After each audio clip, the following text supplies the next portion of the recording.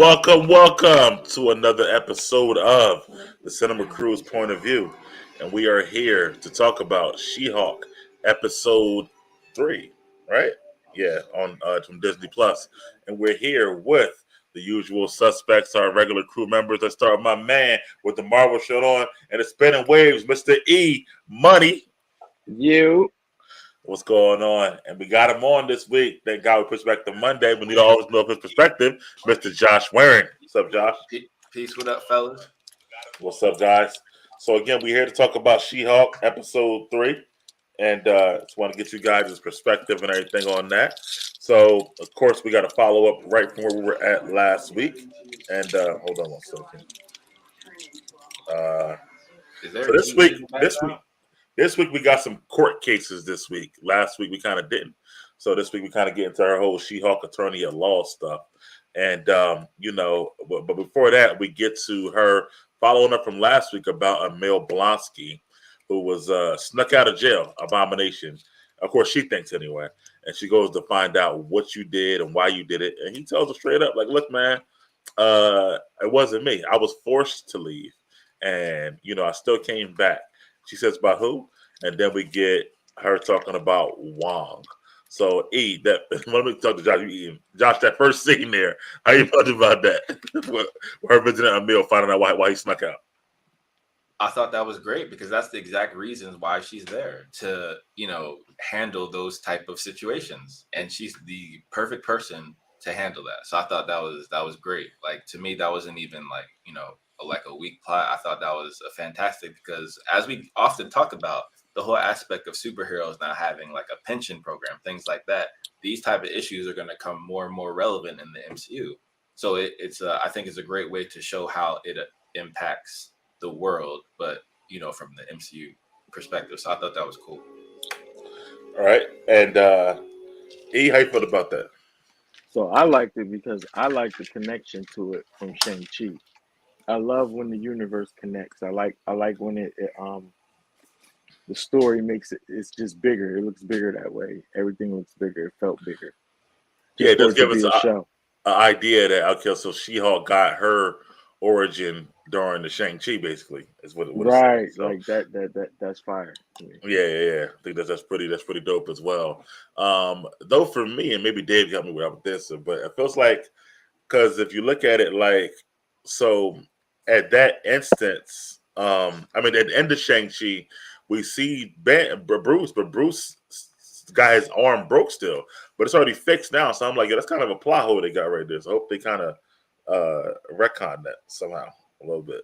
But anyway, after that, she tells her assistant, her paralegal, to find out where Wong is at. And she finds out, she looks up Wong's LinkedIn, stuff like that, and finds out, he used to work at Target. Of course, he works for the Comertage, and now he is the Sorcerer Supreme.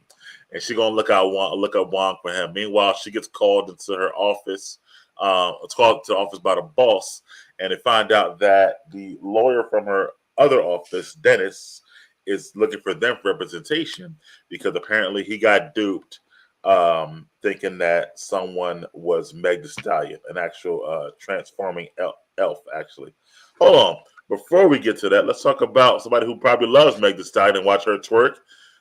Big Dave, what's going on, Dave? Hell no, I don't like watching Megan Thee Stallion twerk. Okay. Well, Dave. In case my girl watches it, I feel you. I shouldn't get in trouble. I feel you, gentlemen. What's up? Happy Labor Day, fellas. What's going on? Happy Labor Day. I know you gotta get motherfucker day, as I call it. I know you gotta get to those Wagyu steaks, so we ain't gonna try not to be long here. I gotta go pick them up, man. They close at 12:30, so. Well, we already started. So he's only right down the street, so let's do this.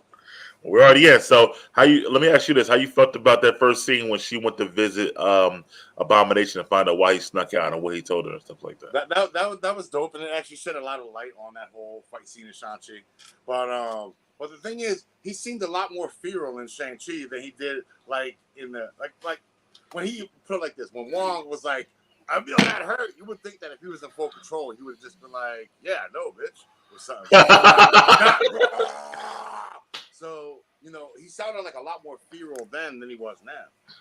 Right. I would like to know how he mastered the change back and forth.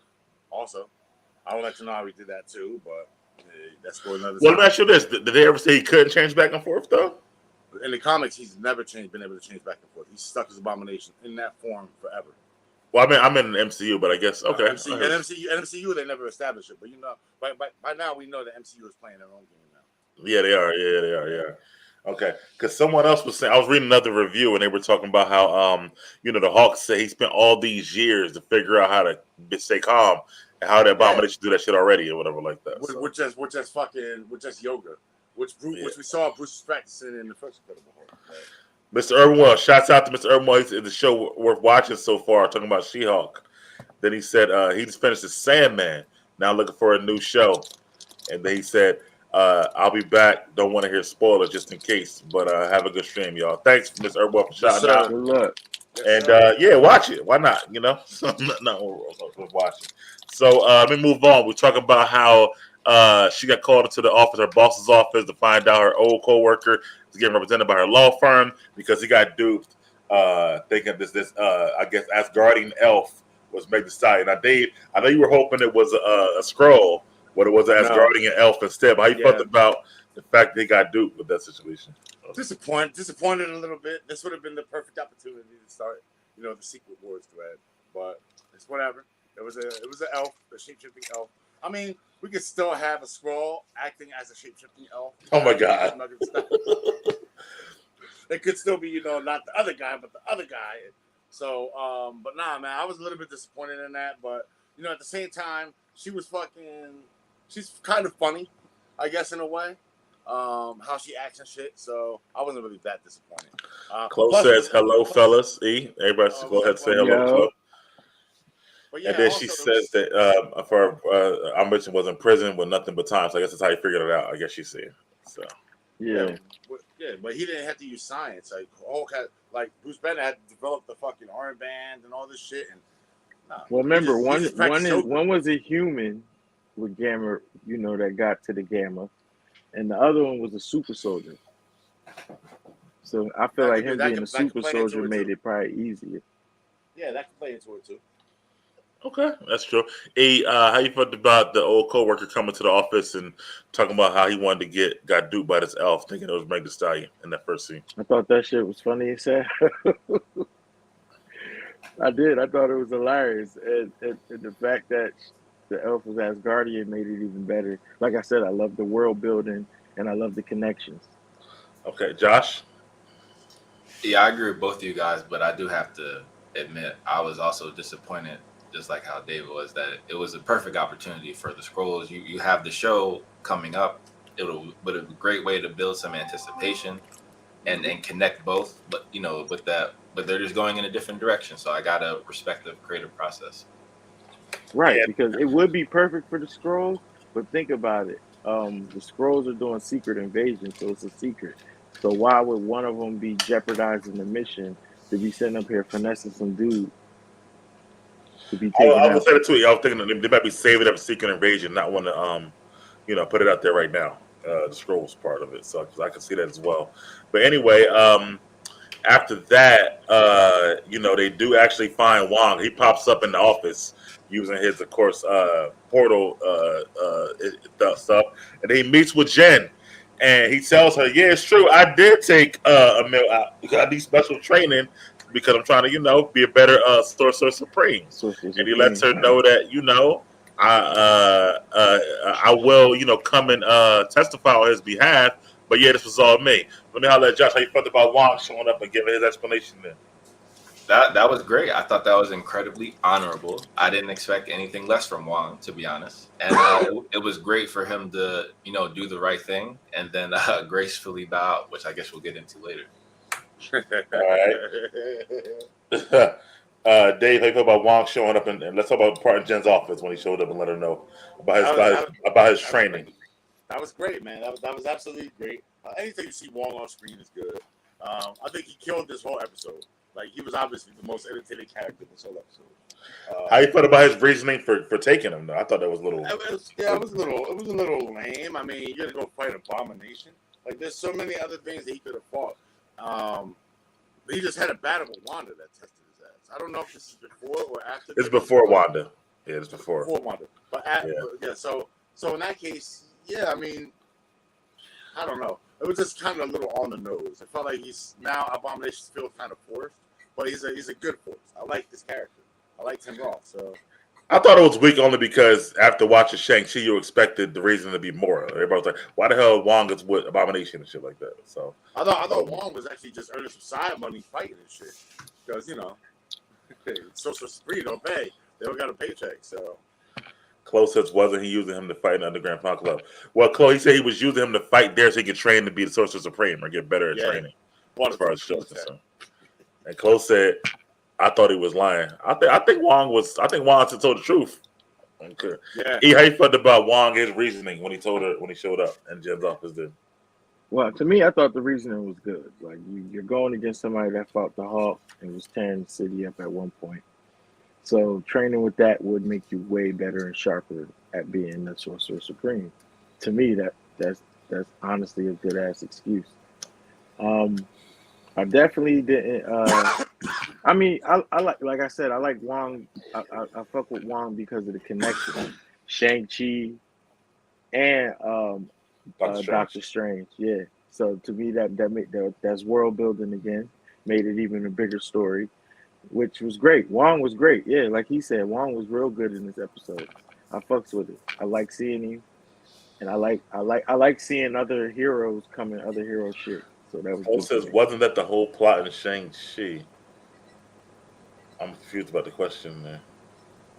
Yeah, Josh, you know what she's saying? Yeah. You know what she's saying? Is she asking, Josh? I think she might be just saying that wasn't that the part that connected to Shang-Chi, and yes. Oh yeah, it was the part that connected. Yeah. Next we get what's his name? The other lawyer, Pug.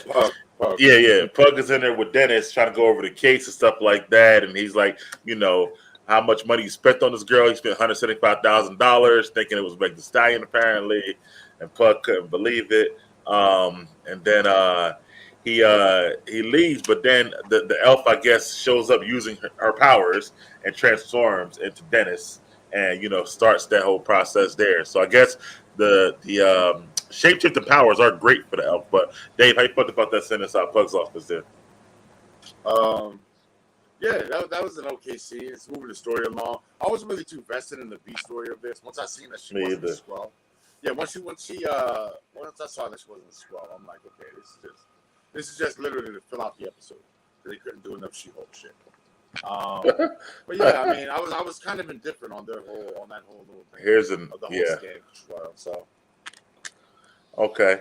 I'm sorry. Anybody else got any thoughts on the Pug and the B storyline?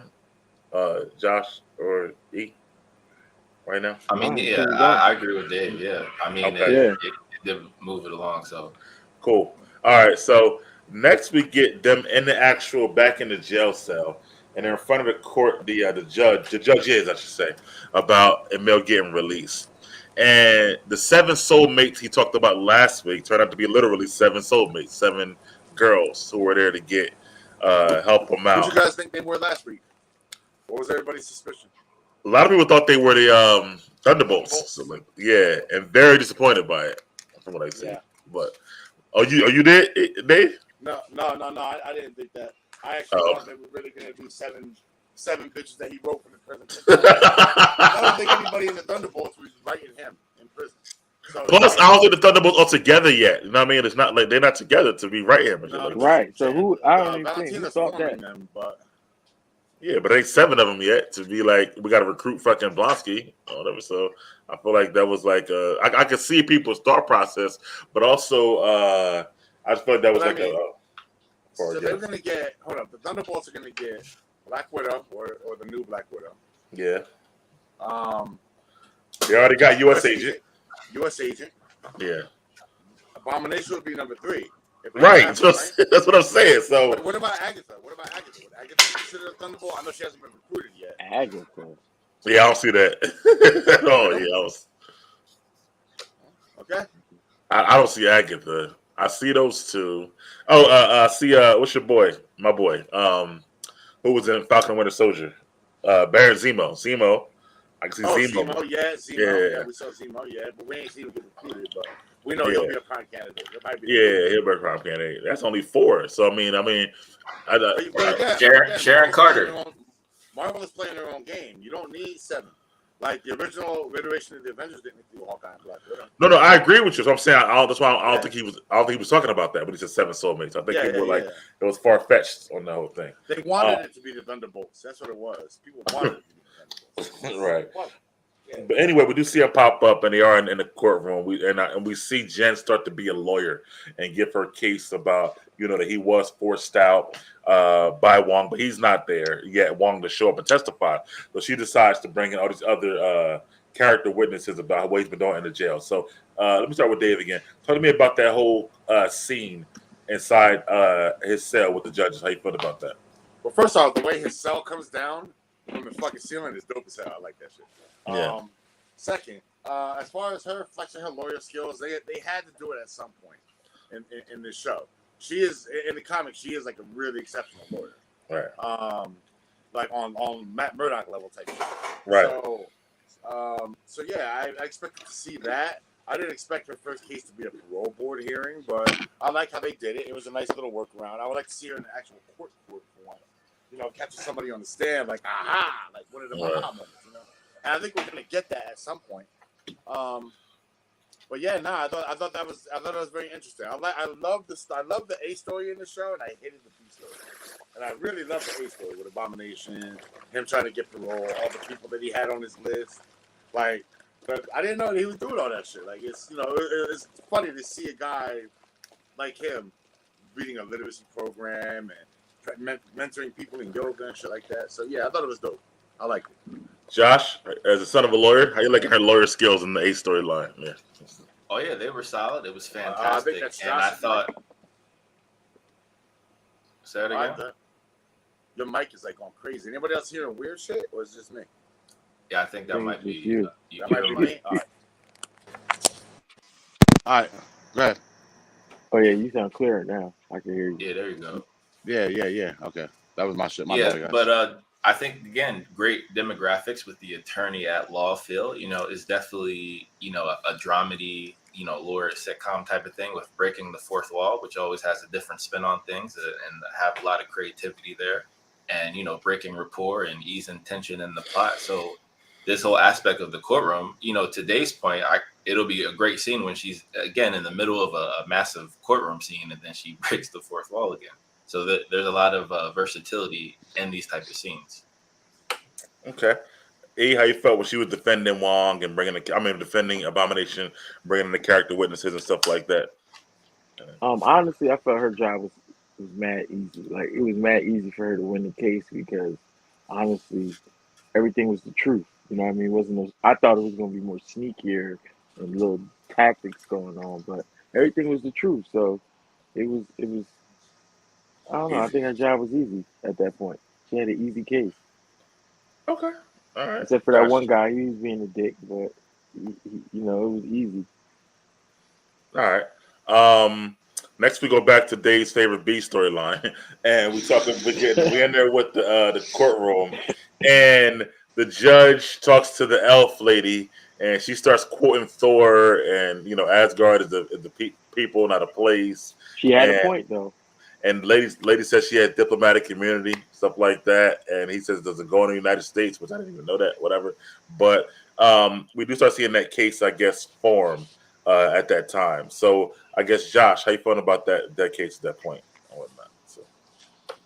Yeah, I mean, to be honest, I didn't know if they were going to be able to do it at first, based upon, let's say at the time, how people feel towards superheroes, especially if you're not doing good. Typically, you're only going to be looking at them from one perspective. So the fact that they were easily able to overturn it as easily as that was odd to me personally. But for the purpose of the plot, suspend my disbelief. That's fine. That at that point, I feel like I'm nitpicking. So I didn't really, because again, you're combining two demographics, right? Superhero and people who like dramedies, things like that. So you got to balance it somehow. So you can't have everything every time. even though you guys would probably like it. Well, Mike would probably like it more because then it'd be longer. Right. How you felt? Well, you said she had a point, so elaborate on that. How you felt about that part in the courtroom? E. Because to me, that's the truth. Like Asgard isn't a place; it's a people. And once I feel like once Odin said that, it should stick, not just by Thor, but by Odin. Odin's the one that said that. Right. So That's true. she definitely had a point. Dave, how you feeling about the part of the B storyline? The sun was hitting Two, that. two, two things I had a problem with in this scene. One, how the hell does the judge know what the hell Odin said? Thank you, E, for correcting that too. That wasn't Thor that said that. That was Odin. She said Right. that first, and then Thor said that on the ship Right. going right. But how the hell did the judge know what Thor's motivational speech was? All right, so I'll leave that alone. I'll leave that part alone and just be like, I left whatever. it alone too. Yeah. I was Yeah, like, right. But then the second part, we all know what diplomatic immunity is, right? Yes. Like, yes. so, like, if a Russian guy comes over here, does some shit, Russian diplomat comes over here, does some shit, they just get sent home. The judge, somebody needs to tell the judge to go back to law school because he's like, diplomatic immunity didn't happen over there. It happened over here. That's the whole point of having diplomatic immunity, motherfucker. So Yeah. I thought if you're gonna have a law show, at least have proper statutes of the law. Like a regular layman like myself should be like, wait a minute, judge. Like, there's no fucking way. So yeah, I thought that shit that just shows you how much thought they put into their B storyline. Like they're just like, put this shit in here for the law people, shut them up. Josh got a definite point. With them having to please two sides, because it's felt like this is watching two different shows. You're watching either a legal comedy or you're watching a superhero show. Right. And they didn't do a good job this episode of blending the two. Facts. So Well, I will say the writers they came out 2 weeks ago and said they don't really know how to write law stuff, like actual legal cases. So they kind of like shows. yeah, It shows. So they But kind of to like me, that's an issue because That's with all due respect, MCU best in class, Disney best in class. Kevin Feige runs a great ship, so I'm surprised they didn't like hire consultants for that. To make Correct. this shit like I would expect that from Marvel at this point. They have earned that assumption. yeah. But I see this. But this is what I was talking about. I think that he left the show to the writer of the show. Like, okay, you got this. right. Maybe she didn't tell him like, well, I don't know shit about writing law. Maybe not what I mean. So I read a story just the other day that they hired Tinoch Huerta to do this playing Submariner, and he didn't even know how to swim. right. Oh yeah, just like Benny Chase and Aquaman. Word. No, I did that shit in 2003, man. I went to a pizza shop and told the dude I was a pizza man. I didn't know shit about making pizza, bro. Like, I lied. I got caught flat out. Like, dang, got caught, yo. So yeah, that's what fuck. Allegedly, these Dave. boys did. Allegedly. Like, yeah. you know, in episode 2, right, of She-Hulk, in the bar, you see Alec McBeal, the Lego show on the screen. Yeah. But that was put in post. That was a green screen.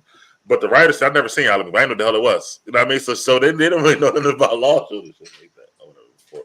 So, you know, I guess we'll see some legal faux pas as we watch the show, I guess, moving through it on that aspect. But you know, I did like the whole the her saying that people, you know, not a place. And diplomatic community. I always think about Lethal Weapon through. I think about diplomatic community because the guy said it so many times. Yeah. So Mhm. like diplomatic immunity. I love that. Uh-huh. But again, I feel like that was a great case to start off with because it brings in that law and order feel. Like, oh, this is a legitimate hurdle you have to overcome. So I thought that part was entertaining. Yeah. And you know what's cool? That they showed she works for a law firm. So it's not Yeah. just her doing cases every week. It could be her. And Any not other just lawyer any in law there. firm, the biggest law firm in the city. Yeah. Mhm. Yeah. Because I missed the part too that one black chick came in there. So I'm guessing she's going to be a part of the show too doing cases as well. Yeah, she's in the super. Yeah, she's in the Mhm. super. Hero Yeah. Mallory Yeah. Book. Yeah, that. So we go back to the A story, and then you know, Abomination does, you know, give more of his testimony. Wong finally shows up, and then he actually does, you know, tell the truth. He says, "Listen, I took him out there for my training," and he says, "Because I'm the Sorcerer Supreme, I should not have to. He should not be in trouble on that." But before we talk about that, let's bring in the number one perspective, Miss Chloe Diz. What's going on, Chloe? What up, Club? Hey, What up? y'all. So, my bad, I'm late because it was the morning. And I was debating whether or not I was gonna come on here. So I told y'all, I was like, yo, I'll be typing in the chat, but nobody ever understands me, so I'm here. So hello, gentlemen. Happy Monday. Yeah, happy Labor Day. Happy Labor Day. So, Chloe, we up to the part now where Wong finally shows up inside the jail cell to help testify. He tells the truth. You know, he took him out, but Wong's thinking, listen, I'm the Sorcerer Supreme, so it shouldn't be a big deal. And they still wasn't feeling that. So then we got Abomination who says, I'm going to show you guys that, you know, I'm fine. So he transformed and to try to show him. And they get terrified, but he doesn't do anything. So, Chloe, let me start with you, Chloe. How you feeling about Wong showing up and giving his testimony and that part where Abomination did transform? All right, this is one thing before I say that. I was Go ahead. saying, and correct me if I'm wrong, but this is what I remember vaguely, and I only watched Shang-Chi once. Wasn't Wong running the underground fight ring? No, that was No. Shang-Chi's sister. That had Sister. that. Okay, the sister, but Wong was there, right? Yeah, he was Yeah. fighting in it. Yeah, he was fighting in it. He Yeah. was fighting in it, and from my perspective, he was fighting in it, getting some extra cash. So That's what I because he thought. knew, so listen, right? So because he knew that the Abomination had control over his his transformation, he could basically tell him like, "Yo, we gonna rig the fight because I'm not really trying to get beat up. I got things to do as the Sorcerer Supreme, and you know you want to get out of jail, so we gonna do a little something." And they was basically scamming together. So that's why Wong was okay showing up to the jail like, oh yeah, I needed him because you know I'm Sorcerer Supreme and I needed, you know, things to do, blah blah blah.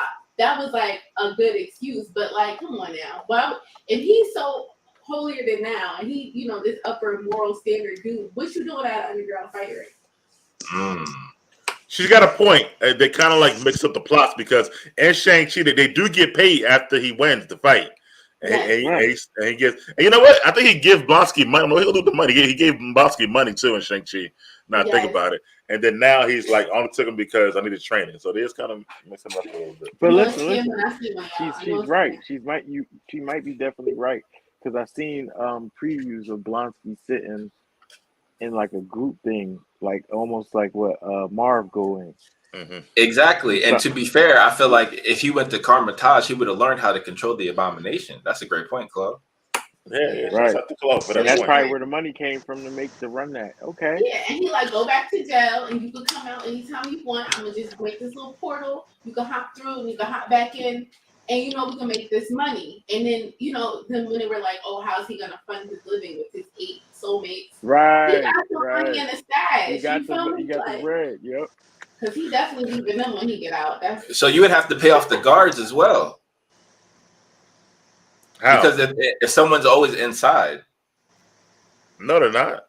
Yeah, you would think a guy like Abomination has cameras on him 24/7, Right. right? No, that's true. What's Yeah. that? And I thought there was So a if he guard in the disappears, back. some guard should be like, the big giant green monster disappeared. Maybe I should tell someone. Also, to Chloe's point, when she say like when they're saying his defense, he was forced to leave. I'm like, how did Wong force you to fucking leave? Shit like that. Like, why you fight him there? So that's confusing too. Whatever to me. because they was in it together, and that's a quid pro quo. And Wong wasn't trying to get locked up. Wong wasn't trying to get locked up and fighting in a You prison. can't lock Juan up anyway. No, he knew what it They can was. shoot Wong ass, bro. Wong's still a human, bro. He get shot in the motherfucking back. That's it. It's a wrap. Nah, he gonna do this with the bullet. Right, Right in their back. He can only do that shit in one direction, bro. That's it. Not even that. Not even that. He can do a protection spell.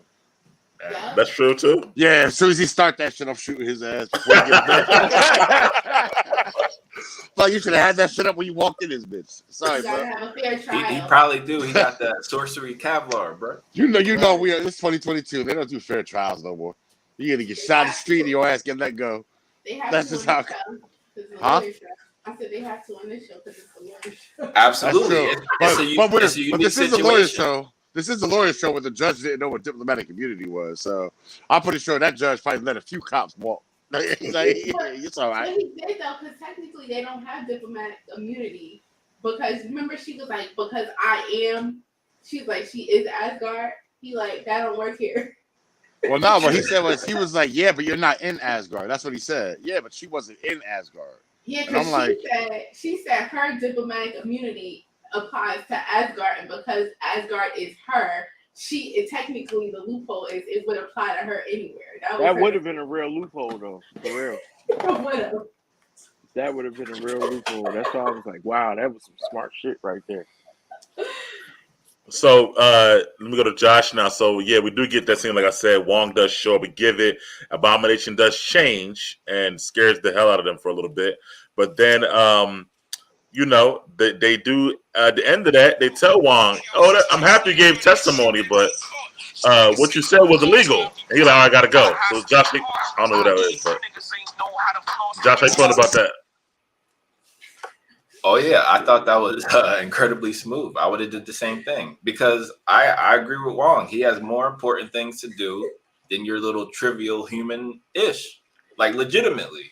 So Right. it was my bad, but we're in an age of mystical powers and superheroes, and you understand that it was me who allowed this to happen. It wasn't Mill's fault, right? So therefore, you should let him go, and then I'm peacing out.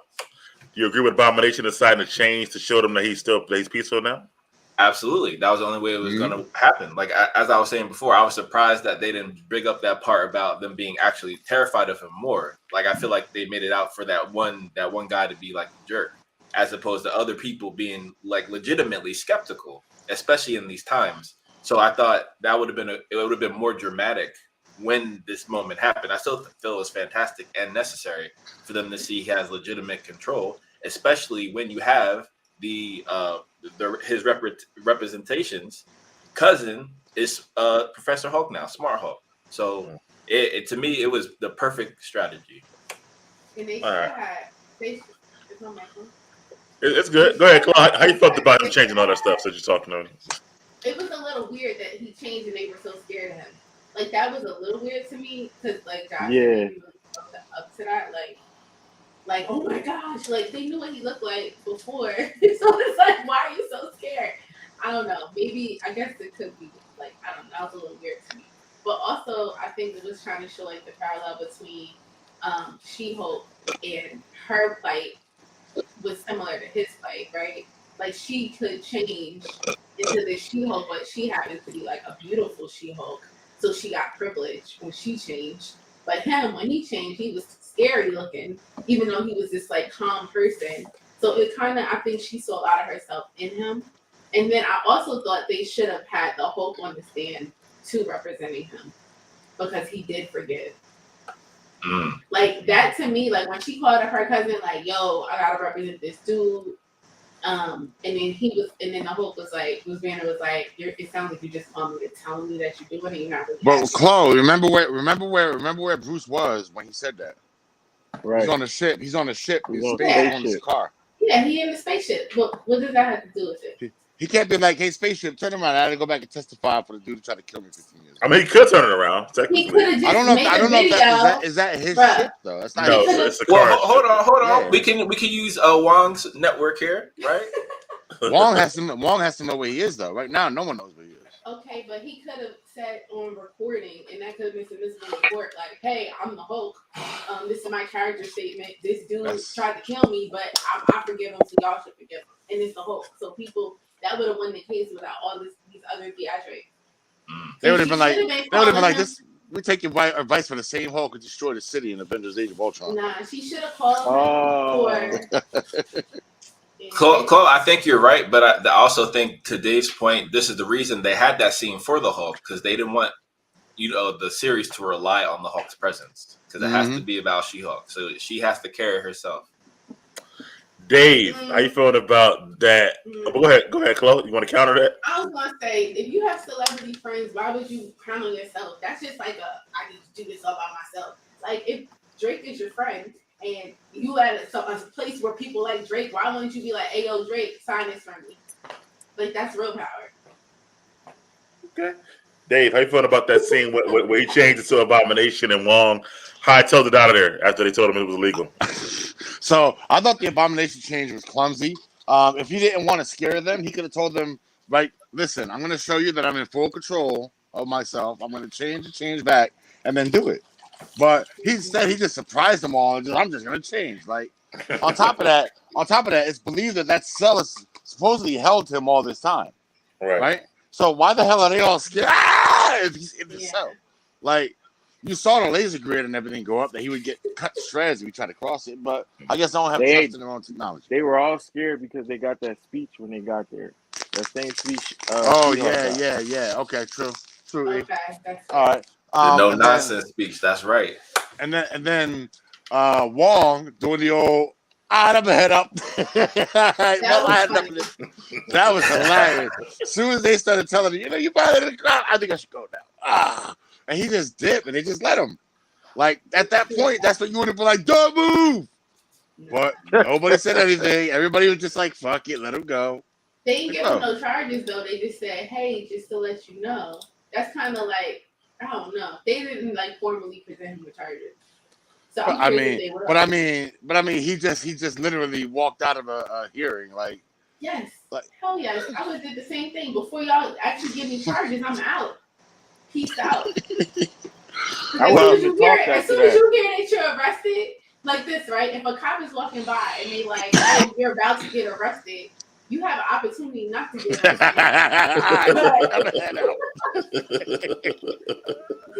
That is funny as hell. That is, huh? I did it. Allegedly, I did it. Like, all right, see you guys later. I did my job. If I can leave like that, I'm definitely going out. Yeah, right. We're not Yo, even conversating. Yo, exactly. Right. One, Man, once I'm Imagine, done, imagine they was like, okay, Mr. Wong, you're definitely going to jail, and he was just like, All right. I'm not gonna lie to you. Don't give me that power, yo. I could be like at home, like needing milk for my cereal. I'm like, Porter, get some milk and walk the fuck out. Like I'm not even gonna pay for this shit. I was just like, go to the grocery store, grab some milk. You got the wrong idea, bro. I'm going to Nah. a bank vault, bro. I'm going to a right? bank vault. I said All that. this, push all this in here. Let's get out of here. I ain't gonna be the type of criminal. I'm gonna try to, but I'm using Fuck that. I'm hitting the vault. Yes, I'm right. vault. I'm gonna be I'm in going to motherfucking the- I'm Cancun going with to gold the bars and Vatican. shit. Like, how many drinks I can get for this gold bar? Like, you can't give me Right. powers, bro. I'm sorry. hitting I would Area use it for evil, bro. 51. Like I'm Yup. going everywhere I ain't supposed to be. Yeah, fuck I'm that. checking I don't know. Area everything 51. Area 51. I don't know if I push my luck there. Nah, Like, but I'm going to every vacation spot. I'm gonna be sideline seats at my fucking football team's games. I'm gonna be on the sideline. Like, yo, they come to grab me. It's gonna be one porter or another porter gonna appear somewhere else. Come walking out. Keep watching my game, bro. I'm gonna be. Yo, I would be a problem, bro. That's all I say. I would be a problem. man, I'm not think paying mine- for no appearances. I'm popping up everywhere. Facts, yo. I'm gonna be on stage at the concert. Just.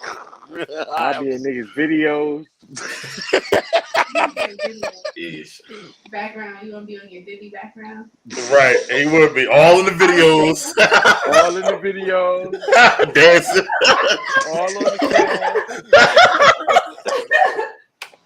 That's some bullshit. E, how you felt about that scene though when he changed and when he dipped out on there?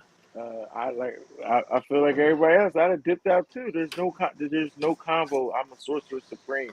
You're not talking to me about no damn human law. I don't want to hear nothing about no laws before I make you disappear and put you in that mirror dimension.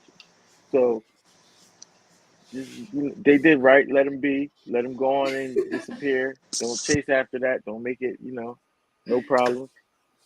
All right. Didn't he say something like, he was like, yeah, I'm gonna have to use that memory spell again. Remember what happened with that? Oh yeah, it gets too messy.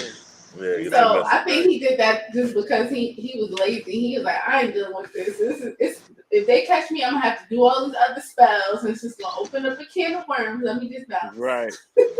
You know what other part was funny from him too, yo? When they were like Mr. Wong, and he was like, not Mr., just Wong. Sorcerer Supreme. Master of the Mystic Arts. Like he had all these names after it. He's like, whoa, Sorcerer Supreme, Master of the Mystic Arts. Like, bro. Wong happy to be Sorcerer Supreme. I'll tell you that. He announced that shit everywhere he go. Or whatever Yeah, like that. Right. man, yo, he He love like- it, yo. Like, Like, he want people to bow and shit. It's some oh shit, love yo. like people talk about Strange not being humble. Wong might be up there with Strange. I'm sorry to say. Right, so Yeah, but next we go back to the Beast story. Well, first we go to the bar, and they're both talking about their cases at this place, Legalese, and Pug is having issues, and then they talk about Dennis, and then he gets an idea to use Jen as a witness to talk about Dennis and how much of a sleazeball he is, and how he would definitely believe he's dating Meg Thee Stallion because it would give him, more clout, I guess, in his world. So let me ask Chloe about this B storyline. You haven't been in here yet for that. How you feeling about that and her being a witness on that and stuff? So I feel like people should just let people be who they are. Like, I feel like people just try to control everybody. Like, if he is sleazeball, let him be a sleazeball in peace. Like, as long as he's not in your space. So I would need to have more backstory about how he and her interacted, because there were, like, I guess, innuendos of it. But I need to know, like, was he really a sleazeball, or were you just being extra, like, when them dudes was looking at you outside the club? Like, really?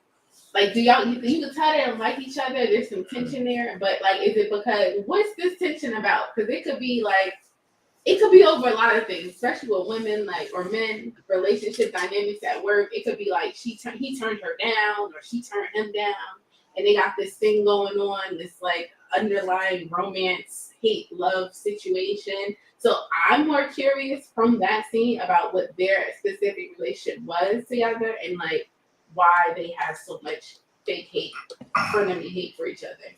But I don't think, I mean, that was kind of like weird. Like, would that really be a Miss Woman court if I'm like somebody I could just go up there and say that on the stand underneath, like, no, fuck no, she couldn't be. No, that's the part that got me. I'm like, first of all, they representing her firm is representing the client. She can't be a fucking witness. Like, that won't work. But nevertheless, Chloe, I forgot to leave out that he did win the case with her testimony, and then you see Meg show up in court. So I didn't want to talk about that. How you felt about that part there too? Her showing up in court, she was just so extra. Like, I don't know. I thought that Meg Thee Stallion, if they were gonna have Meg Thee Stallion in this episode, I wanted her to be more either of herself. Right, number one, like act like Meg Thee Stallion, but not this caricature of Meg Thee Stallion. Okay. You know what I mean? Like, I wanted her, like, we've seen those like the memes circulating with her turning into a Hulk or something. Mm-hmm. Like, I wanted her to be herself, but not like this ratchet twerking version of herself. Like, because she's a college educated woman. Like, they don't have to play into that part of her. So like, she's in court basically acting like a bimbo. And I feel like every time I've seen Meg Thee Stallion on interviews and stuff, she doesn't act like that. She acts like a regular woman, the educated woman. So it's like, I feel like they took they missed the opportunity to like highlight, especially a Black woman and Meg Thee Stallion as an actual person that has intelligence on a law show. Instead, they got her being ratchet and bimbo-y. Okay. So I ain't like that. Well said. Let me go to E this time. How you feeling about the her testifying for Dennis, I guess, in this case, and then winning the case, and then Meg showing up in the courtroom? So at first, the testifying, I didn't even know how somebody that works for a firm, like you guys said, could testify for the firm and all that stuff. I thought that was a conflict of interest. Yes. But, that was different. That was definitely different. But as far as Meg, for real, I like seeing Meg, like, you know what I mean, being Meg. Like, I felt like, she's serious and all that stuff sometimes, most of the time, especially in her interviews. But what do the world know Meg for? Shaking her beat, her booty. Right. So rapping and shaking that booty, that's what the world knows Megan for. So that's what they use to get the show going. I liked it. I mean, to me, Meg would probably be like that in the court with superheroes and all that crazy shit going on.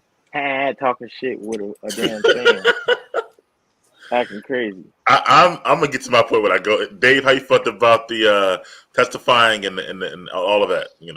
Well, there is precedent for somebody to be a part of a firm if they're character witness only. They can't testify to like events that happen, but they can testify to character for sure. But the person that's involved that they're testifying like on the behalf of needs to sign a conflict of interest waiver. He didn't even know. Right. Why do they do that in these shows? He's like, Jen, like, bro, you didn't discuss this with him prior. That means you didn't sign a conflict of interest waiver. So, bro, So whatever. They again, this is just another way that the law show fucked up about not knowing law. Right. And made the B story that much worse. And then as far as having Megan Thee Stallion, I'm with E on this. They definitely could have taken this opportunity to show a different side of her, but that's not the side of her that would have fit with this show. Unless she was like a lawyer, or they gave her a part as a lawyer on the team. Then yeah, you could flex that.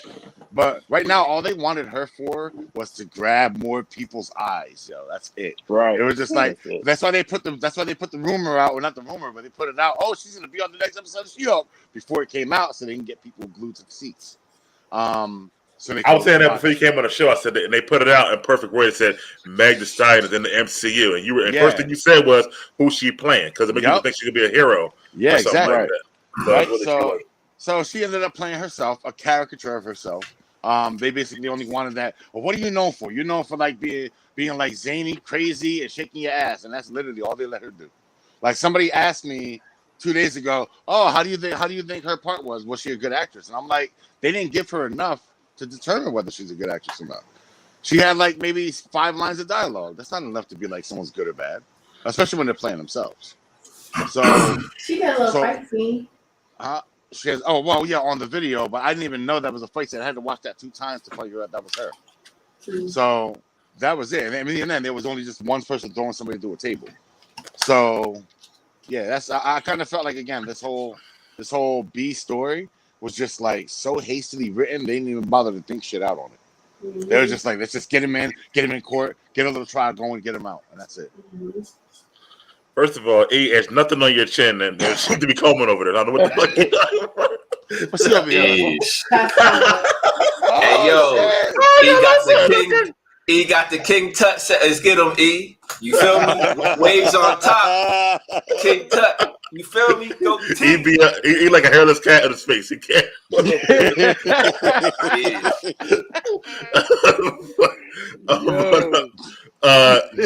Josh, though, let me get your final thoughts on that whole thing with the testifying and that they won the case and Meg there. How you think about that?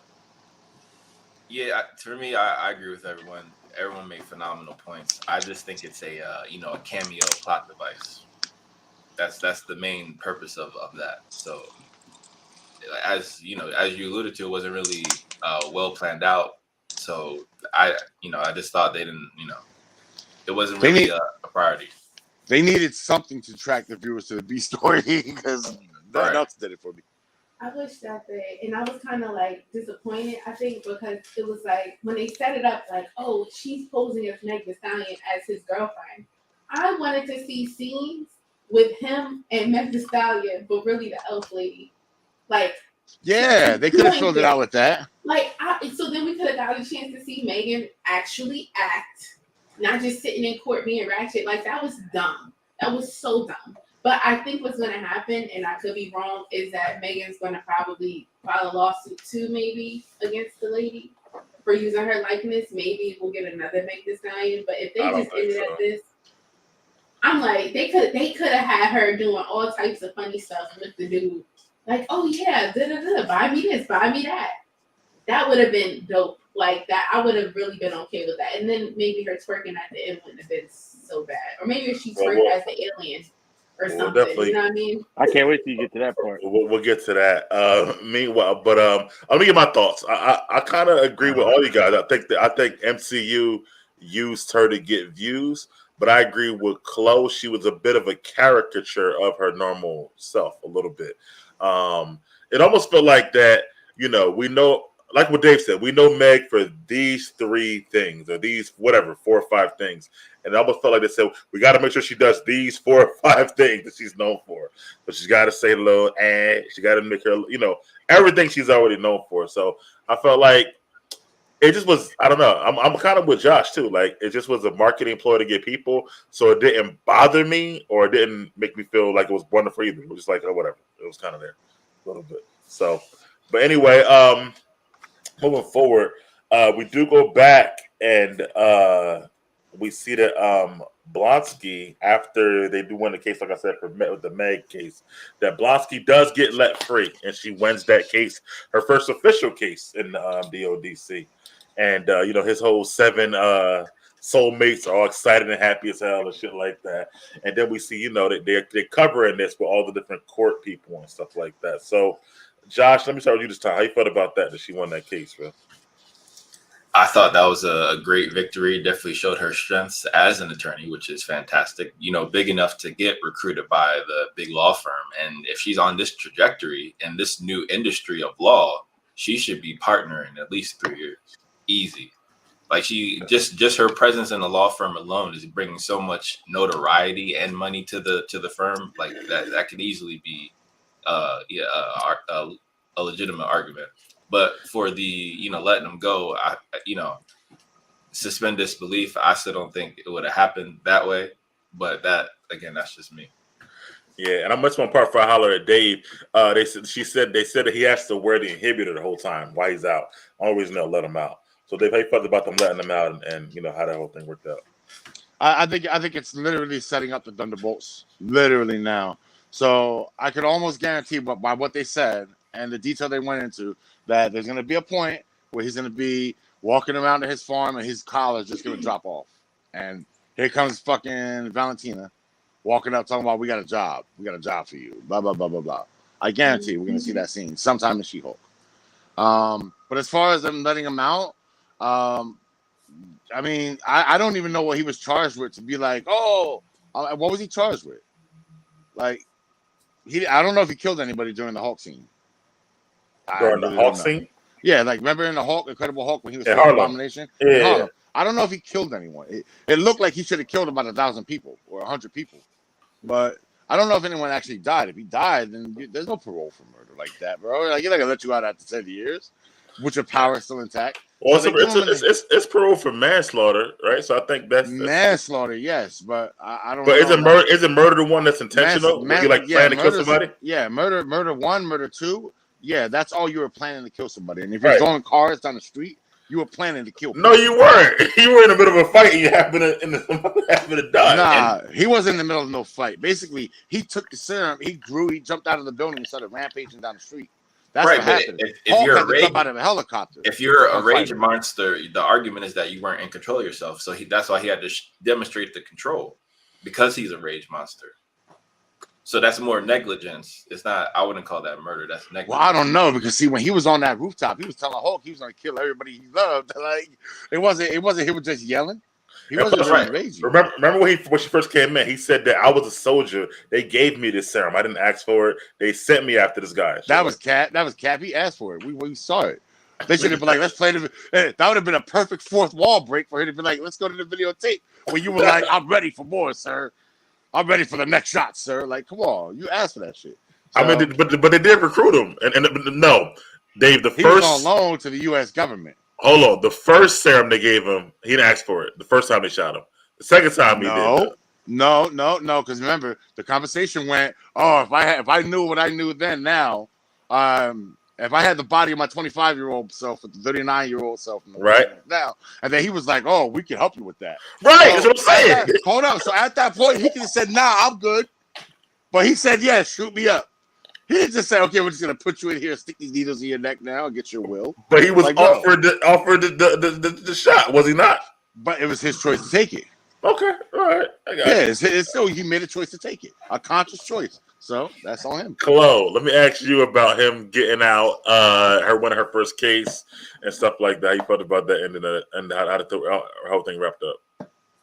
I didn't really have too many feelings about that. It was just like, okay, she won her case. Like, it doesn't really feel like a law show to me. Honestly. Yeah. It feels like an MCU show and there's things happening. I don't. This is such a like I don't look at this like I think they're trying to put this in a box of a law show, and I don't know who made that up. Like, is that even from the MCU? Yeah, she's a lawyer. Mm-hmm. Just because you're a lawyer doesn't make this a law show. Well, no. Like, half her book club was all about her in court trying cases and shit, and then the other half. But that's just her job. That's just like saying, this is a show about a post office when a guy is just a mailman. Or like Superman, this is a show about a journalism place. And it's like, no, it's just Superman who has a job as a journalist. Like, that's how I view this. Maybe the comics do it better, but I don't look at this as like a SVU or like Law and Order or like It's probably Even because they're not good at writing law. That makes you feel like that. I feel like maybe that, but even like Legally Blonde, that movie, I love that was a better law film than That's what I'm saying. straight like, up. Not even playing. I'd rather feel watch like that. they trying to make it like Legally Blonde, but it's not. It's just I don't even know what this is. I'm waiting for, like you said before, a big bad to come and her to actually like have to fight people. Maybe that's why it's a law show, because there is no like one villain that she's fighting. Maybe that's why they call it a law show, but I don't know. And honestly, him getting out. I just feel like that's gonna be, she's gonna run into him again, and everything's just gonna come crashing down. And she's gonna be villainized. Like, you're the person who let him out and kill everybody, and you only did it because you're a She-Hulk. And one thing I do like was the fact that they were talking about the tabloids. That was funny. How they were like, they had a baby together. She's pregnant with a baby. That was realistic and funny. All the I saw that all the people who are doing all those interviews outside the jail really work for like ABC or shit like that. Like, they got real news anchors. So that was pretty cool. Oh, right. But let me go to you next, to the next scene. We talked about this a little earlier before Dave got on the show. The Wrecking Crew. So she gets, walking down the street by her house. She about to get jumped by these dudes. Turn out to the Wrecking Crew. They say they got the tech from an Asgardian construction worker. They try to stab her to get her blood, but of course her skin don't pierce, and she chips them all. You know what I mean? Beat them all up, and then they go back in the van and say the boss ain't gonna be happy by this. So, how you felt about that scene and what they might be talking about? All right. So first, let's go with the Wrecking Crew. The Wrecking Crew was definitely terrible. They thought they were trash, but the fact that Asgardian fucking weapons. What is he? Construction workers. Yeah, Asgardian construction worker has all that equipment on. That shit can definitely do some damage though. Like, that's crazy. So that one construction worker had all that shit. The helmet, the crowbar, the gloves, the wrecking ball. Yeah. So one Asgardian can do a job of a whole bunch of humans. That's crazy. That's crazy as hell. But that's the only thing I did like. Like, I thought the weapon shit was crazy. I thought that was funny. But the fact that they came at her with that shit, like, come on. Dave, how you feeling about their backstory there? The fight and them saying, the boss ain't gonna be happy. How you feeling about the Wrecking Crew there? So yeah, for the other three members of the Wrecking Crew, other than the Wrecker, like, the level of disrespect that he was shown in this episode is crazy. Like, Wrecker is one of Thor's most prolific enemies. Telling them. Yeah, he's one of the most prolific enemies Thor's ever fought, bro. And they clowned him. Yes. They put him in charge of a group of jackasses. Right. And who the fuck was this Asgardian that let four regular motherfuckers jack up for his shit? Jack his shit. I would like to know who the Asgardian worker is. Now, in the comics, and I'm just put this in there, in the comics, Ares, the god of war, works as a construction worker. But he doesn't have Asgardian equipment. So I don't know if they're going to try to say that he's an Asgardian and blah, blah, blah, blah, blah. It's whatever, bro. Whoever this Asgardian is needs to have his fucking construction card ticket and his Asgardian card ticket, because he got jacked by four nitwits. And then on top of that, I think, and I'm fucking hoping it's the leader, bro. I'm hoping it's Samuel Stearns from the first movie. Okay. Because he would have made a great leader, bro. But yeah, that's what I'm hoping it is. But now we got 3 episodes, right? And this is my fear now. We have 3 episodes. We still have yet to introduce Daredevil. We know he's going to be in it, right? Ooh. So I don't know Frogman. and Frogman. Oh yeah, Frogman. Yeah. Right. Then we have to wrap up this Titania shit. Don't tell me they just used her to bust through the walls. I told you she wasn't coming back right away after that first episode. I told you that she'll be right. Don't tell me that they're just gonna use her just for that. No, she'll be back. Say that. All right. They need to make sure this Wrecking Crew, I don't ever see them motherfuckers again. Like, have the ball when they get back to the warehouse or wherever the fuck he hiding out, have him kill him and be done with it because I don't want to see that. All right. But we still have to introduce. Now we have a whole big bad with 3 episodes left that nobody's even met. But you still gotta fit. You still gotta fit Daredevil, who's all the way across the fucking country. All right. He don't practice law in San Francisco. He practiced law in New York. So I don't know how they're gonna cross paths, but whatever. Oh shit. But yeah, like it's a lot to cover in 3 episodes. These episodes better be hour long. I'm telling you. No, Dave. This is a 9 episode series. So then we might have enough. Okay, then you know what? I'm talking on my ass. Then we might actually have enough. If it's 9 episodes, we might have enough then. Yeah. But I agree with you on the Wrecking Crew. They fucked them up. I like the Wrecking Crew actually. Like they fucked them up a little bit. Well, the other three are always nitwits, man. But Wrecker has always been the one that's like the most dangerous one, yo. He's the only one doing shit on his own with the Masters of Evil. Like he's been up there, bro, and they clowned him like nothing, yo. Damn, yo. Only one I saw did worse than this was Claw. That's it. Yo, I didn't think Claw was worse than this. Yo. I like Claw though. I ain't gonna lie. I loved him. I loved him. I could have did 20 movies with Claw. Bro. I was happy.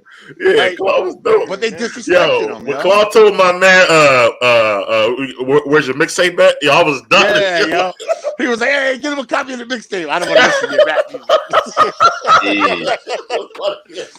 Yo, he's hilarious, bro. Yeah. And when he was in the chair getting tortured. He blew all that shit up, all that money up. He was like, I made it rain. Yeah. That's freaking awesome.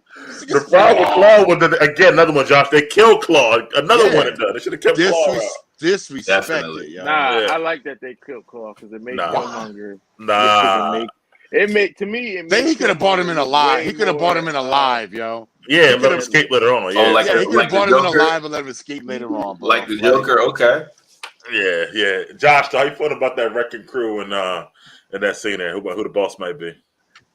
The way I view this is all about world building for Marvel at the moment, and what started it was the mega heroes, the superheroes, right? But now, with before we had people like Daredevil, who's going to be in the series eventually. So you need more street level heroes. So I can't wait how you introduce people like Luke Cage, Jessica Jones, because Jessica Jones and Jennifer Walters need to have dialogue immediately, especially for these demographics.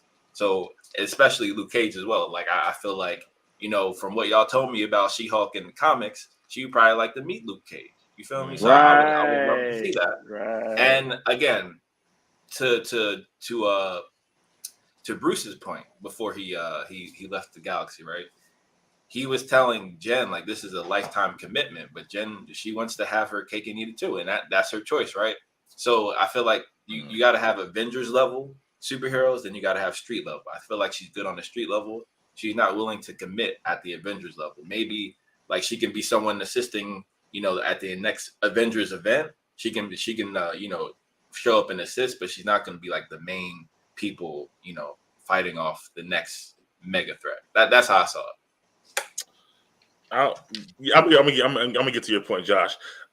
Chloe, I know you don't know who they are like the other ones do, but how you felt about that last scene where they try to take her blood and say they got the boss gonna be mad about that situation? So first and foremost, I thought those were the same bad guys from Miss Marvel. Because then they have them like tools in their hands, the clandestines or whatever them people are.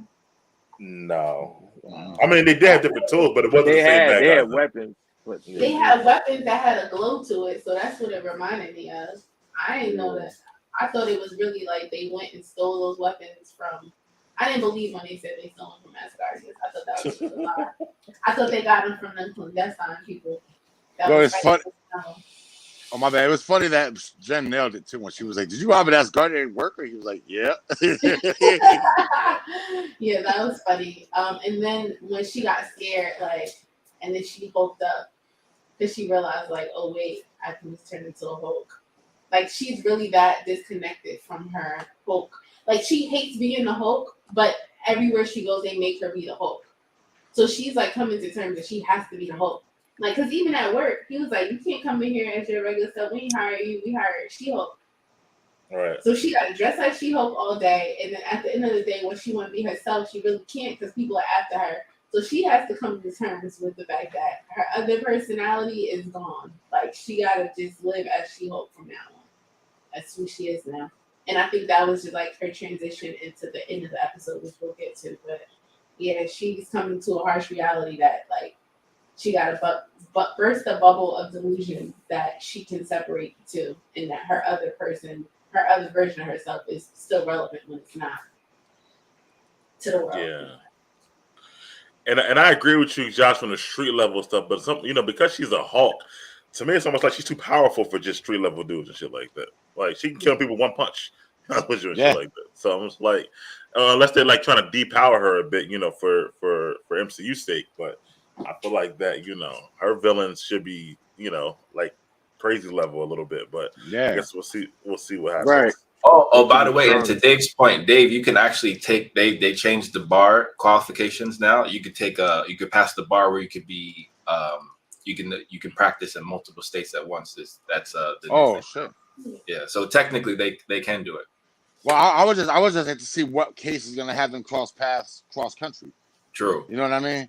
Like he's over there. Either she's in New York superhero wing or he's in San Francisco superhero wing, because they're both in costume. And also lawyering as well, possibly. Possibly lawyering. He may be in town for. That's what I'm saying. He may be in town for a particular case.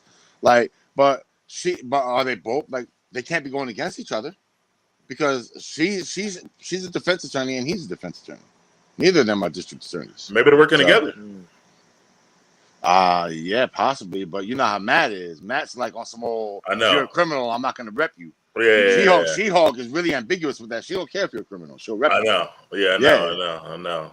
Could then she rep the guy from who was in Eternals? The guy who be raping people and shit. Oh yeah. Arrows. Druid. Not Druid. Yeah. Oh, you know, Arrows. Yeah. Starfox. Yeah. She also represented Druid. She also represented Jessica Jones, but she was a criminal. She also, she represented a whole bunch of people that are criminals. Like she represented Speedball after he caused the Stanford incident. Like she don't care, bro. Matt would be like, "I'm sorry, he committed a crime." No, that's why Matt broke in a fucking small place at home, right? For real, exactly. Hell's Kitchen and shit. Because Jenny's smart enough to go after that paper, baby. Right. He's over here trying to get bushels of fruit and shit. Like shit. And his suits be looking all dingy and shit. Right? Yeah.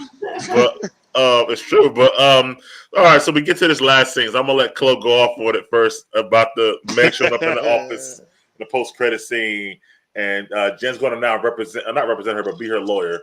And the boss is watching, and they're having a little party or twerk session. So Chloe, how you felt about that then? Wait, was there a scene before that when she went on TV and was talking about her like remember? Oh, yeah, where they were like, next up, Jen's diet. You're right. Okay, yeah, you can go on that one too. Go ahead. Well, that was her, I guess, transformation into realizing she got to be the She-Hulk. She got to accept embracing it. Yeah. And then that's why at the end, and then I can just go into the other part, like when her working with Meg Stein. That was just like, I don't know. It was a lot for me. Like, okay, Mike, our very first show we did together was Step Into the Spider-Verse, my favorite movie. And I was telling y'all, and me and Tony were going back and forth, and I was like, there's no black representation of women in the MCU. There's none. And then the African American, not just African, like, okay, we have to at that time she was right, because we didn't have it wasn't Captain Marvel, what's her name? We got Spectrum. She wasn't there yet, but yeah, so Chloe was right at that time. Yeah, it was none. So, and I was like, they appropriate our music for this. Like they had Nicki Minaj all up in the soundtrack and stuff. But there's no visual representation. Say that again. Oh yeah, there was Eve in episode 1. Yeah, Eve now, right? And then, so now you got a black woman working with a lawyer in her office.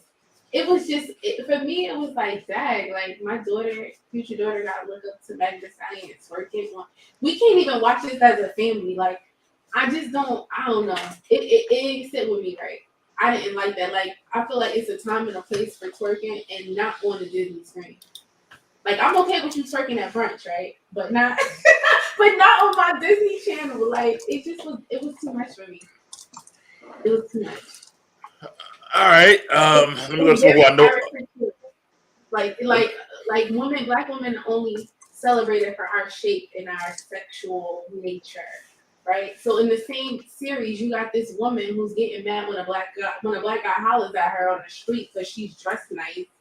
But then you in the next episode with her twerking with a black woman, shaking her booty, and as a whole, it was just the messaging is just not consistent for me. And as far as what I think Marvel should be representing for us on a deeper level, I didn't like it. I agree on some levels too, but I want to get to a contrarian of your thoughts, E, who I know liked it. So, E, how you felt about the whole thing? I love the scene. I thought it was funny. The fact, like I said, what is Megan Thee Stallion known for? If your kids know Megan Thee Stallion, they know Megan Thee Stallion is twerking. What about the white chick twerking? Like, you ain't had no problem with that? Nah, because She-Hulk does that type of stuff. Like, this is She-Hulk of 2022. This is in the comic books. She probably would have twerked in there, but they weren't doing that back then. But I'm just saying, the way She-Hulk is, yes, I can see She-Hulk twerking. I can see She-Hulk all hyped up for Meg Thee Stallion. Talk about, I'll kill for you, Meg Thee Stallion. Like, I thought that shit was good. And she was like, "Hope, dial it back a bit," because that your lawyer hyped to represent you and a super like be a superhero for you. So you got your own little superhero under your wing. I see what you're doing, and we already got good black representation. I feel like not just with Wakanda, but Monica Rambeau. She ain't playing that shit. Monica Rambeau ain't twerking. Let me get Josh in here. Josh, how you felt about the whole scene and they're twerking it in there? Yeah, I mean, this was definitely spot on demographics, and it confirmed for me that the show is definitely for adults. Because how should you have someone like Daredevil or Luke Cage or Jessica Jones show up at that street level? So for me, it confirmed that for me. And again, I agree with Chloe completely. I was very surprised to see that in Disney, especially when, they made things like Black is King and all that, and, redid The Lion King with an appropriate, diverse, cast and all that. So I look at Disney as really innovative in terms of diversity in Hollywood. So I was just surprised to close the original point, the caricature of that version of Meg. But I get it, to the fella's point, that's literally all she's known for. So, and by her own doing. So, and that's why I'm actually kind of, Disney is smart, because that's embracing the culture. That's still, you can't just embrace one side of the culture and then be like, oh yeah, the culture shouldn't just have one side. There's good and bad to every culture. There's good and bad to everything. So I mean, if you're gonna do it, just do it right. And I felt they did it right. They nailed it. I wouldn't say bad. I wouldn't use the word bad, man. I didn't like the fact that it was like, that's like, okay, how can I put this in a very PC way? You gotta be PC. Yeah, I'm gonna try to be as PC as possible. Okay. It's like it's one thing if you doing stuff at the cookout, but it's another thing if the cookout is being monetized and somebody in there trying to do too much. So like she was like, yo, scale it back a little bit, but like you letting her into the cookout, but then you mad when it was just weird to me. Like I didn't like that at all. I did not like it. I did not like the fact that this She-Hulk, who's known for being promiscuous, right? Why she gotta be twerking? They don't have a version of promiscuity? Why it gotta be black? It has to be a little bit of black on it for it to be okay that she's basically a whore, right? That's what y'all said in the comments. She a whore. So you know what I'm saying? So much being PC, I guess. That's PC. I mean, I was all good. No, you're right. You're right, though. I mean, I think she's gonna be having.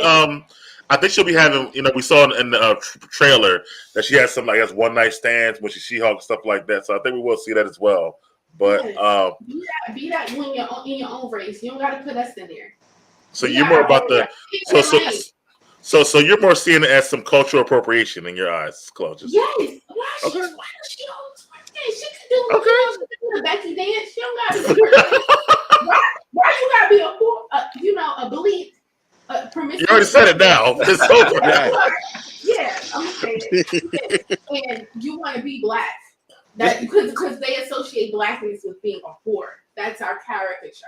I'm surprised it was it's like a thought. Exactly. There's some Dave. Let me get you in here, I bro. never looked at it like that. I didn't always really. thought I twerking didn't. was dancing. All right. For So us, yeah. it So is. For us, it Hold on, you Dave. made- Hold on. I'm sorry, I didn't mean to cut you off, Dave. But No, you it's made a poignant argument. For us, it's dancing. But for outside our culture, it's not dancing. It's a representation of being. It's a part of the culture. You know, you gotta accept the culture of black people, and that's being promiscuous. I would say more like entertainment in a shucking and jive way. I think Chloe's alluding to. Yes.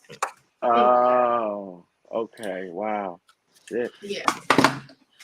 I mean, well, my issue is more the fact that we keep getting these post credit scenes that don't do nothing for the fucking episode. But that's mine as well. But I have another one too. But go ahead, Dave. How you feeling about this post credit scene? well, I'm not really a dancer, so I didn't really care for this scene. Like if I'm in this MCU world, I'm Drax, bro. I'm not dancing for shit. I'm gonna stand in the corner and maybe tap my foot. That's it. That being said, while we were talking and having this discussion, I just Googled Megan Thee Stallion and I hit videos. And the first 9 videos, I stopped looking at it, but first 9 videos, she's twerking in every one. So if the regular outside person who's watching this show for the first time, who never heard of Megan Thee Stallion, Googles her, that's what they're gonna see. I think that's why they had her doing that. As far as She-Hulk doing it, I don't know if Disney was trying to be facetious with this shit by making her in the She-Hulk form so that you can be like, it's not really a white woman that's doing it, it's a green woman that's doing it.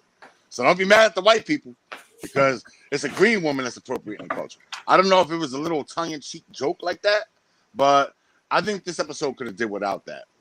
I don't see the purpose of it. Not to mention, Meg didn't even really wear nothing that was like twerkable. She was like in a pencil skirt.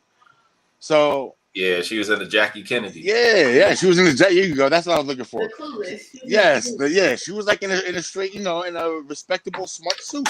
So I don't think they over sexualized it, but I do think that they could have just had some comedic lines or something. But then the thought started hitting me. You know me, I overthink shit.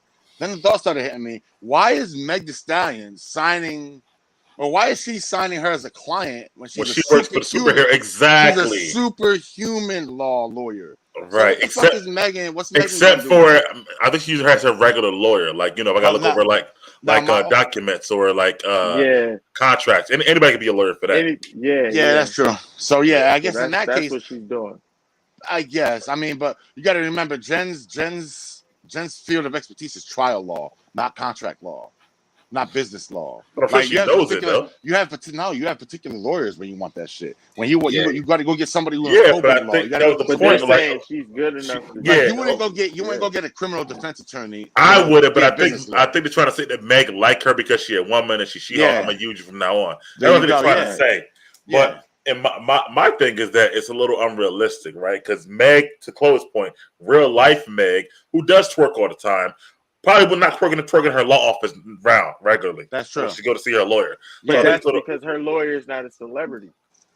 This lawyer is a but celebrity. it's not. But it's still a law office, and it's not her law office. It's a law firm, right? So as you saw the boss watching it, it could have been 15 minutes there watching them twerk. But then they say the boss that they would have had a problem with that, bro. right, exactly. But they're in front of a glass door just twerking, so it doesn't make any sense. 101. Wait, hold up. But did the boss? No, we are in the age right now where a chick could be wearing strings, and if you look at it, they'll be like, "Why you looking?" Like, I thought they started twerking after Exactly. the boss walked away. Nah, the boss watched. He watched the no, whole the boss thing. walked up. He looked, Nah, and then but he he decided to ain't take a trip to the twerking. whack shack. He did see him He twerking. They kept did. cutting back. That's, Yeah, he that's did. why he walked away. Yeah. And discussed And that's my point. He was They like, didn't- they- I ain't going to HR today. And they didn't care. They didn't care who was there. So who the fuck is twerking in the glass door law office with 40 other men in there? That's unrealistic to me. Even if it is a celebrity. If you twerk to the world, I mean, twerking in an office. Meg is not twerking her law office. Bro. No, she's not. I yo. mean, you just saw her. She just. Yeah, but that's the writing. Basically, I think what Mike's trying to say is they basically made her a clown for this whole episode. Correct. Like, I could see her being like all snazzy in the court, but when she's in the law office signing documents, you shouldn't be in there wilding out. She's Like, not doing it. you're in there making a business decision. It's a business transaction, Especially in a They got her firm in there where it's shaking her like ass. mad men. And for this show to be a show that's talking about female empowerment in the first few episodes, and To that's do that, yeah, it's right. weird. It's kind of a weird thing because, like I said, if 10 dudes were just sitting there like gawking at them, they would say, "What are you guys looking at? But y'all fucking doing it in a fucking glass door." And shit like, And Mike, to your point, that's supposed to be women empowerment. That's labeled twerking. Appropriation of twerking is now labeled as woman or black women empowerment, which I've seen on some people's things. But women empowerment in general, like I can go out wearing nothing, and then when a guy looks at me, I can say me too. right. So That's what would have happened. They would have said, like, I should be able to twerk where I want to. Why are you guys looking inside my glass office? If that would have happened, right? So this would be just a weird situation. So to me, it's a little unrealistic. That's my only problem with it. And I agree with Dave too. It's not really necessary. Like Meg had her cameo. Like you sold it. You didn't really need it at that point. Yeah, you didn't need that. Was just gratuitous bullshit. Yeah. Like that was a perfect opportunity to show the other side of Megan Thee Stallion. Yeah. Like in that she could have been in there talking like, but no, they just got her in there acting a fool. And I thought it was just useless. It was like it literally served nothing. And like I said at the beginning, like just to have these post-credit scenes just for nothing is like starting to bother me. Why am I waiting these extra 7 minutes just to see shit like this? Well, you wait. You actually sit and watch every credit. I just fast forward that shit. It's Disney Plus, baby. I mean, I do literally fast forward yeah. when I'm sitting. Like Mike said, they're like, damn, I can't wait. Like, how long are these credits? How many people worked on this show? Like, fuck that. wait. Not really. No, I was about to say I ain't fast forward that scene, but I like that scene. No, not fast forward the scene, but fast forward from the credits to that scene. Oh, Like, yeah. just okay. Here we go. Eight credits. Let's There go. you go. Right. I wish I could do that in the real movie theater. Shit. Yeah. Oh my god, I was sitting there so long. Yeah, I was sitting there. Especially when it's Colonels and shit. especially when it's like a mid credit and end credit. Oh man, I'd be like, what the fuck? Yo, I can't, yo. It's so long. But anyway, guys, thank you guys for coming on this Labor Day, man. Oh wait, what about the ratings, yo? I'm doing that. Dave makes Okay, mistakes. So Dave, how would you rate it? It's just you already want to start off 1 to 10. I'll give this one like an 8.3, 8.2, around there, because they were really low on the action, and then they disrespected the wrecking crew, and the end credit scene lost some because I'm with you, bro. I'm sick of these useless end credit scenes. Like, well, show me something. Give me a teaser, something. So I'll go 8.5. I'll go 8.5, yo. I'll go 8.5. I'll be right there. And with the record crew, the one guy, she threw him at least 2 stories. He came down. I don't know how the fuck he got the fuck up and walked away like that. Yo, I was like, that shit look like it hurt even for the stuntman, bro. Right. Yeah. Like that shit, like stuntman went to the hospital. Yeah, After that shit, I'm like, he landed wrong, yo. That fall looked crazy. Yeah. And he walked away like, all right. What the boss said? Like, what the fuck? I hate when people do that to the boss. Why don't you just say the guy's name is gonna Yeah, I know. Like, Nobody says that shit in gonna be real life pissed. either. Nobody says that in real life. The boss. Like, what the fuck The does boss, that? yeah, my boss is gonna be mad, bro. Like, I'm like, fuck that boss. Fuck this guy. Shit. Yo, what if the boss is Fisk? It could be. It could be. What would he want with a Hulk, bro? What would he want with some Hulk blood? Come on, bro. That is stock and trade. A lot of the thoughts are maybe Fisk, Val, or the leader are the thoughts I'm hearing. Besides, do you think Fisk will hire 4 nincompoops who robbed it as Guardian construction worker? Bro, he got the bros working for him. They dumb as hell. Right. Right. Well, Yeah, he was working with He their could. boss. That was smart as hell. Hawkeye was fucking them up. So yeah, bro, get him, bro. Like that. At this point, you have to question whether he really is a kingpin of crime because if he Man, keeps hiring idiots, bro, he's not actually that smart. Then, bro, he's I hiring mean, buffoons. I mean, He he walk- guarantees that they'll always take the fall because they dumb as hell. I mean, right. he walking around in But you also don't get nothing Hawaiian done. shirts, trying to be inconspicuous and shit. Yo, so, but you also don't get nothing done. Unless it's a misdirect on purpose. anyway, E, how would you rate it, bro? 1 to 10, man.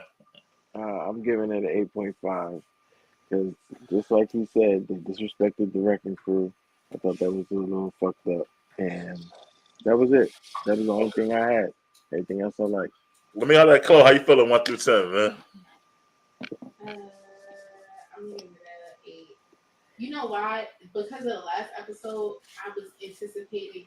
I couldn't get into it because I was like, it's gonna end. It's gonna end. Like this one was longer than the last one, It was. which I was mad about. But this one was so long, I was like, dang, when is it gonna end? Like I didn't like not knowing. The anticipation was like too much for me. They're gonna always Okay. be different times. Unfortunately, I guess. Yeah. So Josh, how you feeling about it? 1 through 10, bro. Yeah, it's a solid 8 for me. I feel like I agree with everyone. Some details could have been better. Some cameos could have been better. But I think overall, I appreciate that they're sticking with the theme, even though they're not sticking the landing of trying to have a legal superhero type of, dramedy show. Like I see them trying to commit to that. So I feel like they're finding their feet. It's only the 3rd episode. So they, if Mike was saying 9 episodes, they have some time compared to most of our Disney Plus shows, which are like 6 to 7. Yeah, I'm with Josh on that. If it was 6-episode season, that would have been more pissed, like Dave was saying earlier. But because it's 9, it does give us time for some okay episodes. So I would go with a solid 8 too. The Wrecking Crew, like Dave said, only because I know the Wrecking Crew. Definitely record disrespect to him so much, stuff like that. Post credit, I talked about that already. But and the B storyline was only okay at best. But I think they're gonna bring back Wong and Abomination, so I think they definitely set them up great. And we gotta find out. This is what I don't want. I don't want to drag out this fucking bullshit for 9 episodes. Yeah, and find out who the boss is in the beginning of the 9th episode, yo. Yeah, I'll be pissed, yo. I would be so fucking pissed. yeah, I mean, so fucking mad. Just like that. Like I hate when they do that. They did that shit with Hawkeye. Yeah, you didn't find out to the end of episode 5, like, oh, that's him, the Kingpin. Fuck out of here, man. And when they do that, Dave, my problem is that they don't give the villains a chance to, show build themselves up. Yeah. Like, this episode would have been better if they would have showed the Wrecking Crew actually stealing the shit. Right. Giving them at least a little bit of an origin story. They just got to popping them out of nowhere with powered shit. Like, come on, bro. Come on, man. So yeah, I don't like that. So besides this, the 8th though. But thank you guys for coming on this Labor Day. Thanks, Chloe, for stopping your spring cleaning. Come on here with us. Whatever. Even though it's nowhere near spring, by the way. How you working on Labor Day, Chloe? You gotta relax. Shit. That's funny because I just look at it as another day off for me this time. True. And E, I'm gonna see you about tonight, 7:30 for our Power Book 3 episode 4 review. Chloe, Josh, E. Hopefully you guys are all on tomorrow for the House of the Dragon review because lots happen on there too. Tomorrow night at 8:00. Dave, I'll see you soon enough. Next week, hopefully. Yes, sir. And but anyway, guys, thanks for watching. Please like, comment, and subscribe. Thank you, Mr. Urban World, for coming on as always, and we'll see you later. Peace. Peace. All right, y'all. I got a dip.